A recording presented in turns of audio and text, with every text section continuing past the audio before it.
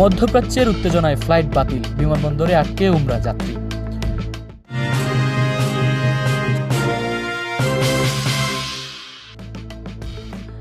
মধ্যপ্রাচ্যের চলমান উত্তেজনাপূর্ণ পরিস্থিতির কারণে একাধিক আন্তর্জাতিক ফ্লাইট বাতিল হয় হজরত শাহজালাল আন্তর্জাতিক বিমানবন্দরে আটকা পড়েছেন বহু উমরা যাত্রী।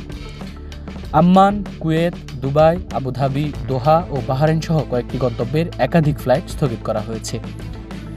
এতে পবিত্র উমরা পালনের উদ্দেশ্যে যাত্রা করা অনেক যাত্রী বিমানবন্দরে এসে আটকা পড়েন। হঠাৎ ফ্লাইট বাতিলের খবরে উদ্বেগ ও অনিশ্চয়তার মধ্যে অপেক্ষা করতে থাকেন যাত্রীরা। পরিস্থিতি সামাল দিতে বিমানবন্দর কর্তৃপক্ষ ও সংশ্লিষ্ট সংস্থাগুলো যাত্রীদের প্রয়োজনীয় তথ্য প্রদান সহ সহযোগিতা করছে।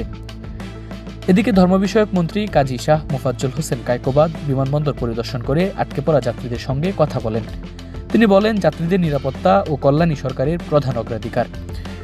পরিস্থিতি স্বাভাবিক হলে দ্রুত তাদের যাত্রা নিশ্চিত করতে সংশ্লিষ্ট কর্তৃপক্ষের সঙ্গে সমন্বয় করা হচ্ছে।